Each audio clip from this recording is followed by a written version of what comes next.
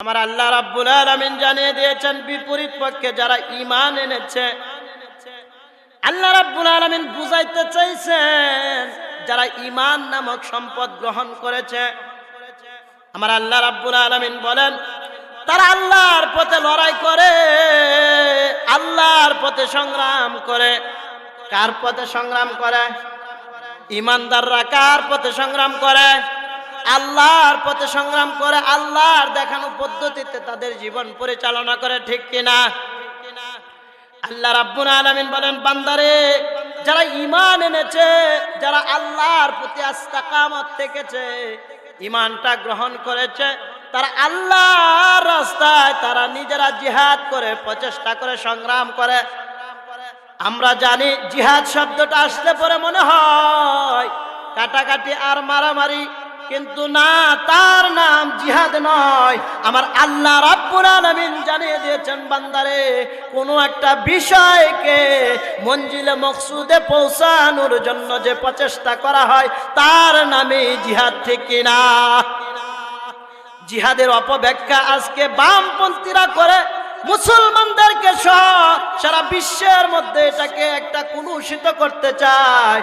আমি আজকে প্রমাণ করাইতে চাই মহান আল কোরআন দিয়ে।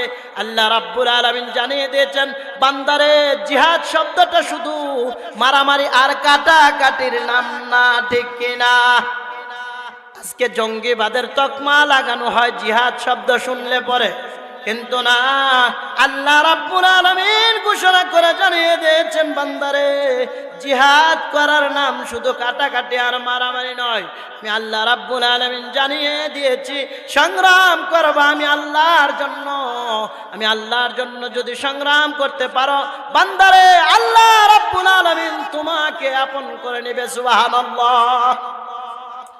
আল্লাহ রাব্বুল আলামিন বলেন যারা আল্লাহর জন্য সংগ্রাম করে তাদের ভুল ত্রুটি হয় কি হয় না? মানুষের জীবনে ভুল ত্রুটি হয় কি হয় না? হয়। আমার আল্লাহ বলেন তাদের ভুল ত্রুটি ক্ষমা করে দেওয়া হয়। আল্লাহর ঘোষণা। এটা কার ঘোষণা?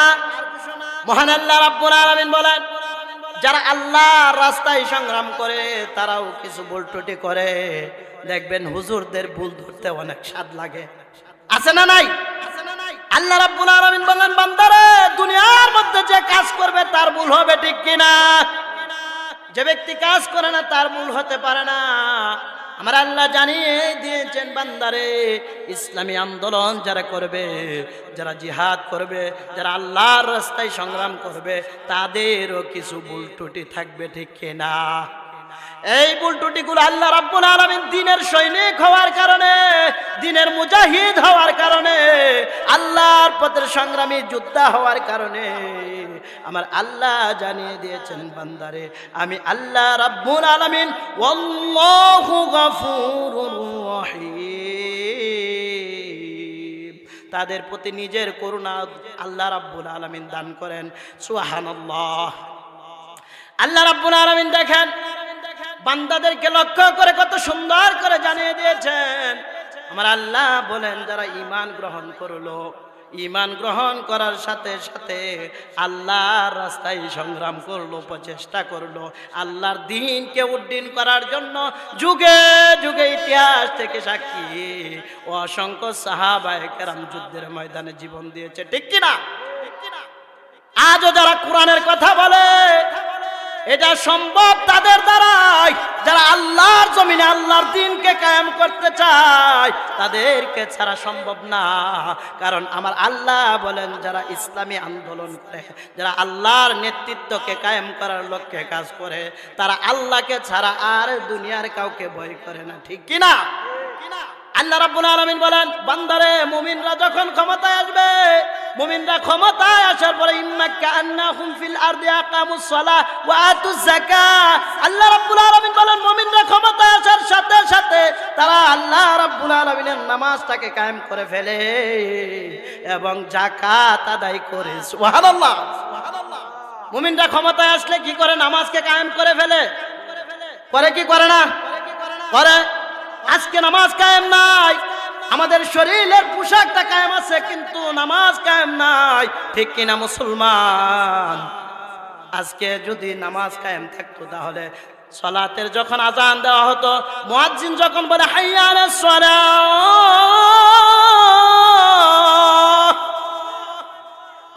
মুসলমানেরা নামাজের দিকে আসো, হাইয়া আলাল ফালাহ যখন বলা হয় কল্যাণের দিকে আসো রে বান্দা, তখন কিন্তু মুসলমানরা, সকল মুসলমানরা নামাজে যায় না, ঠিক কি না?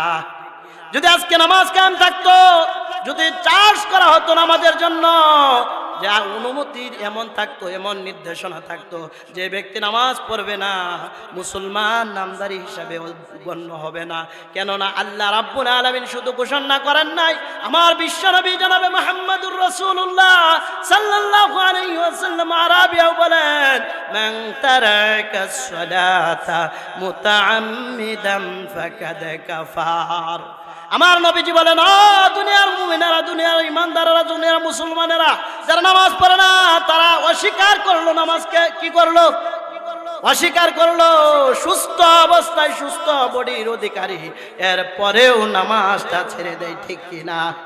আমার নবীজি বলেন, কোনো উযর নাই, শরিয়া উযর ছাড়া যদি কোনো ব্যক্তি নামাজটা ছেড়ে দেয়, আমার আল্লাহ নবী ঘোষণা করেন সেই ব্যক্তি আর কাফেরের মধ্যে পার্থক্য থাকে না। নাউযুবিল্লাহ।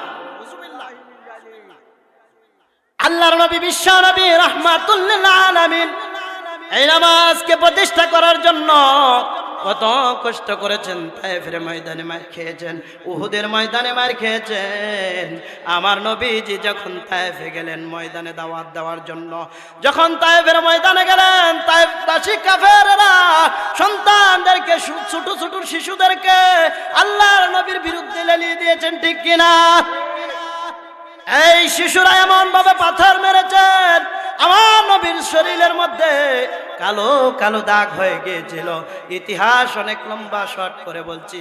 ওগো মুসলমানেরা, নামাজের জন্য কত কষ্ট করেছেন নবীজি। আল্লাহর নবী, বিশ্ব নবী রাহমাতুল লিল আলামিন, এই নামাজের জন্য কত কষ্ট করেছেন। নবীজি যখন অসুস্থ হয়ে পড়েছেন, অসুস্থ হয়ে যাওয়ার পরে আল্লাহর নবী আয়েশা সিদ্দিকা রাদিয়াল্লাহু তাআলা আনহাকে বললেন, ওগো নবীজি, ওগো আয়েশা, তুমি একটু মাথাটা তুলে ধরো। ইমামতি করছেন আমার আবু বকর, আবু বকরের ইমামতিতে জামাত হচ্ছে, আমি একটু দেখতে চাই তার দৃশ্যটা। সুবহানাল্লাহ। আমার নবীজি বলেন, আমার মৃত্যু সজ্জায় যাওয়ার আগেও আমি যখন দেখতে পেলাম আমার উম্মতেরা নামাজ প্রতিষ্ঠা করে ফেলেছে, এখন আর টেনশন করার কারণ নাই। সলক্ষ সাহাবীদের সামনে যখন বিশ্ব নবী ঘোষণা করে জানিয়ে দিয়েছিলেন, ও আমার সাহাবায়ে কেরাম, আল্লাহর পক্ষ থেকে যা এসেছে তা কি তোমাদের কাছে পৌঁছাইতে পেরেছে কিনা? মহান আল্লাহ রাব্বুল আলামিন সেই দিন বলেছিলেন ফেরেশতাদের মধ্য দিয়ে, হ্যাঁ, আপনি আল্লাহর পক্ষ থেকে যা পেয়েছেন সব কিছু আপনি পৌঁছাইছেন, গোপন রাখেন নাই, ঠিক কিনা? আজকে কিন্তু কোরআনকে গোপন রাখা হয় কেন? যে কোরআন পড়েছি, কোরআন পড়ার পরে কোনো ব্যক্তি প্রকাশ্যে আসতে পারে না অনেক ক্ষেত্রে। তার কারণ হলো জেল জুলুমের ভয়। আছে না নাই? জেল জুলুমের ভয় করার কারণে মুমিনরা অনেক সময় ভয় পেয়ে যায়। আমার আল্লাহ রাব্বুল আলামিন বলেন, কোরআন পাওয়ার পরে যদি তুমি মুমিন হয়ে থাকো তাহলে তুমি লুকায়িত থাকতে পারো না, অন্ধকারে থাকতে পারো না। আমার আল্লাহ রাব্বুল আলামিন বলেন, কোরআন পাওয়ার সাথে সাথে তুমি প্রকাশ হয়ে যাইতা। কারণ কোরআন যারা পেয়েছিল সাথে সাথে কোরআনের ঘোষণা দিয়েছেন, ঠিক কিনা? আল্লাহর নবী, বিশ্ব নবী রাহমাতুল লিল আলামিন, মৃত্যু বরণ করার আগ মুহূর্ত পর্যন্ত কত কষ্ট না করেছেন এই নামাজের জন্য। এই নামাজের কত গুরুত্ব দেখেন। হযরত ওমর ইবনুল খাত্তাব রাদিয়াল্লাহু তাআলা আনহু, আপনারা জানেন, সালাতুল ফজর আদায় করাইতেছে, এমন অবস্থায় একটা দুর্ভিক্ষ আসলো আবু লু'লু নামের। ওই আবু লু'লু নামে ওই দুর্ভিক্ষটা পিছন দিয়ে ছুরি মেরে দিয়েছেন। এক রাকাত নামাজ শেষ হয়েছে, আর এক রাকাত নামাজ বাকি রয়েছে। এমন অবস্থায় আল্লাহর নবীর সাহাবী আমিরুল মুমিনিন হযরত ওমর ইবনুল খাত্তাব রাদিয়াল্লাহু তাআলা জমিনের মধ্যে পড়ে গিয়েছেন। কারণ হলো হুঁশ ছিল না, বেহুশ হয়ে পড়েছেন। আল্লাহু আকবার। এরপরে আল্লাহর নবী বিশ্ব নবীর সাহাবী হুশ যখন ফিরে আসলো, জোহরের সালাতের টাইম হয়ে গেছে। জিজ্ঞাসা করলেন, ও আমার সাহাবায়ে কেরাম, ও আল্লাহর নবীর সাহাবায়ে কেরাম, আমার সঙ্গীরা, তোমরা কি বাকি এক রাকাত নামাজ পড়েছিলে কিনা আমি একটু জানতে চাই। আল্লাহু আকবার। আব্দুর রহমান বিন আউফ বলেন, ও আমিরুল মুমিনিন, আপনি যখন জমিনের মধ্যে পড়ে গিয়েছিলেন, আমার ইমামতিতে আরেক রাকাত নামাজ শেষ হয়েছে। আল্লাহু আকবার। এরপরে নামাজকে ছাড়া যায় না, কিন্তু আজকে মুসলমানরা নামাজকে ছেড়ে দেয়। দুঃখজনক বিষয়। দেখেন, আজকে প্রকাশ্যে জিনার সাথে লিপ্ত হয়ে গেছে, মদ্যপানের সাথে লিপ্ত হয়ে গেছে। জিনাটা যদিও একটু দেখা যাচ্ছে, একটু ভয়ে করে, কিন্তু মদ্যপানটা প্রকাশ্যে করে কি করে না? মুসলমান করে কিনা? মদ্যপানটা প্রকাশ্যে করে। আল্লাহর নবীর সাহাবী আমিরুল মুমিনিন হযরত উমর ইবনুল খাত্তাব রাদিয়াল্লাহু তাআলা আনহুর বর্ণনা থেকে নিচ্ছি। আল্লাহর নবীর প্রিয় সাহাবী, ওহির মেজাজ যাকে বলা হয়, হযরতে আমার প্রিয় হযরতে উমর ইবনুল খাত্তাব রাদিয়াল্লাহু তাআলা আনহু, তিনি তিনার সন্তানকে কাবা মসজিদে নববীতে বেঁধে রেখেছেন। মুসল্লিরা নামাজে আসছেন, বলে উমরের ছেলে মসজিদে নববীতে বান্দা কেন? মসজিদে নববীর মধ্যে বান্দা কেন? কি হয়েছে? কানা ঘুষা শুরু হয়ে গেছে। উমর ইবনুল খাত্তাব রাদিয়াল্লাহু তাআলা আনহু বলেন, ও মুসলমানেরা, আমার সন্তান মদ্যপান করেছে, মদ্যপান করার কারণে তাকে বেঁধে রেখেছি, তার শাস্তি হবে 80 বেতনা মারা পর্যন্ত, তার কোনো নিস্তার নাই, তার কোনো ছাড় নাই। আল্লাহু আকবার। অনেকে মনে মনে ভাবছিল আমিরুল মুমিনিন হযরতে উমরের সন্তান না জানি কি বিচার করে, নাকি ছেড়ে দেয়, এরকম মনোভাব অনেকের ছিল। কিন্তু আল্লাহর নবীর সাহাবী হযরতে উমর ইবনুল খাত্তাব রাদিয়াল্লাহু তাআলা আনহু ইসলাম কবুল করার পরে কোনো দিন কোনো বিষয়ের সাথে, ইসলামের সাংঘর্ষিকের সাথে আপোষ করেন নাই। ঠিক কিনা? আল্লাহর নবীর সাহাবী হযরতে উমর ইবনুল খাত্তাব রাদিয়াল্লাহু তাআলা আনহু বললেন, তাকে 80 বেত মারা হোক। ওই লোককে যখন আদেশকৃত গোলামকে যখন আদেশ করলো, ওই ব্যক্তিটা একটু মায়া মায়া সুরে মারে, একটু আস্তে আস্তে মারে। উমর ইবনুল খাত্তাব রাদিয়াল্লাহু তাআলা আনহু দেখলেন 3টা চাবুকের আঘাত করেছে। উমর ইবনুল খাত্তাব রাদিয়াল্লাহু তাআলা আনহু বলেন, এই বেটা বেতে ভাবে মারে নাকি? সরো এখান থেকে, এবার এখান থেকে সরো। তার কারণ হলো আমি আল্লাহ রাব্বুল আলামিনের কাছে দরা খাইতে চাই না। ঠিক কিনা মুসলমান? চাবুকটা নিজের হাতে নিলেন। আল্লাহর নবীর সাহাবী 3টা বেতের আঘাত করেছিল ওই আদেশকৃত গোলাম। তখন তিনি বললেন, 3টা হয় নাই, ওয়াহেদ হয়েছে। আমি ইসনাইন থেকে শুরু করে সালাসা আরবা শুরু করে দিয়েছে বেতের আঘাত। 30টা বেতের আঘাত করার পরে জমিনের মধ্যে ছিটকে দিয়ে পড়ে গিয়েছে। এক একটা বেতের আঘাতে, এক একটা চাবুকের আঘাতে শরীর থেকে রক্ত ফিনকি দিয়ে যখন দেওয়ালের মধ্যে লাগতেছে, সাহাবায়ে কেরাম হতাশ, কান্দে। সাথে সাথে আবু শামার মা এসে হযরতে আমিরুল মুমিনিন হযরত উমর ইবনুল খাত্তাবের স্ত্রী এসে বলেন, ও আবু শামার বাবা, আমার সন্তানটাকে আপনি ছেড়ে দেন। 30টা বেত মেরেছেন, বাকি বেতের বিনিময়ে আমি 50টা উট আপনার তহবিলে, আল্লাহর তহবিলে দান করে দিব। তখন আমিরুল মুমিনিন হযরতে উমর বলেছিল, আবু শামার মা, এই ছেলেটা জমিনে পড়ে গিয়েছে, পানি খাওয়াও। ও সাহাবায়ে কেরাম, পানি খাওয়াও, হুশ করো। হুশ করার পরে আবার পিটানো শুরু করেছে।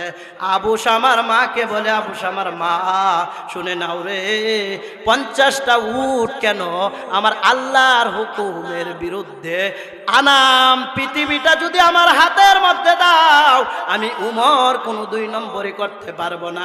যেই দিন কোরআন গ্রহণ করেছি, ঈমান গ্রহণ করেছি, সেই দিন থেকে ওয়াদা করেছি আল্লাহর কোনো সিদ্ধান্তের বাইরে আমি উমর চলতে পারি না। আল্লাহু আকবার। আল্লাহর নবীর সাহাবী হযরত উমর ইবনুল খাত্তাব রাদিয়াল্লাহু তাআলা আনহু যখন 50টা বেতের আঘাত করলেন, দুনিয়া থেকে আবু শামা বিদায় নিয়ে গেছেন বলে তাড়াতাড়ি গোসল করাও, তাড়াতাড়ি গোসল করানোর ব্যবস্থা করো। গোসল করানো যখন হলো, ওমর ইবনুল খাত্তাব বলেন আরো 30টা বেতের আঘাত তার কবরের মধ্যে দিতে হবে। সুবহানাল্লাহ। বিচার কার নাম? আজকে যদি মেম্বার, চেয়ারম্যান অথবা বিচারকের সন্তান দুষ করে ফেলে, তাহলে গভীর রাত্রে অন্তত তাদের সাথে যায় পরামর্শ করা হয়, তোকে কিছু টাকা দিব, পয়সা দিব, এরপরেও আমার সন্তানের বিরুদ্ধে দাঁড়াইস না, ঠিক কিনা? কিন্তু আমার আল্লাহর নবী বলেন, ও দুনিয়াবাসী রে, তোমাদের জন্য যেটা আমার পক্ষ থেকে, বাল্লিগু আন্নি ওয়ালাউ আয়া, আমি নবী যতটুকু জেনেছিলাম তোমাদের কাছে পৌঁছাইছিলাম। এখন তোমরা যতটুকু জানো ততটুকু অপরের নিকট পৌঁছাইবা, কি বানত করবে না, ঠিক কিনা? কিন্তু আজকে কোরআনুল কারীমের সাথে থেকেও প্রকাশ করা যায় না, হক কথাটা বলা যায় না। আজকে যদি কোনো মাতবরের ছেলে অথবা কোনো মদারুকে ধরে পিটানো হয়তো, আগামী দিন কি সূর্য উদয় হওয়ার পরে কোনো মদারুকে রাস্তায় পাওয়া যাইতো নাকি? মুসলমান কথা বলেন, মদারুকে রাস্তায় পাওয়া যাইতো না। কিন্তু আজকে এইটা কারণ কি? এটার কারণ হলো আজকে বিচার ফাইসালা সঠিকভাবে কায়েম নাই, ঠিক কিনা? আজকে কোরআনের আইনটা যদি সংসদে পরিচালিত হইতো, কোরআনের আইনের বিরুদ্ধে কোনো কথা কোনো মুসলমান তো দূরের কথা, কোনো কাফেররাও বলার সাহস পাইতো না, ঠিক কিনা? কিন্তু আজকে নামদারি মুসলমান। আমার আল্লাহ রাব্বুল আলামিন বলেন, ও দুনিয়ার মানুষেরা, ঈমান আনছো ভালো কথা, কিন্তু আমি আল্লাহর জন্য সংগ্রাম করবে। কার জন্য? আল্লাহর জন্য। আমি আবার আমার তিলাওয়াতকৃত আয়াতের মধ্যে যাচ্ছি। মহান আল্লাহ রাব্বুল আলামিন ঘোষণা করে জানিয়ে দিয়েছেন, ইন্নাল্লাযীনা আমানু ওয়াল্লাযীনা হাজারু ওয়াজাহাদু ফি সাবিলিল্লাহ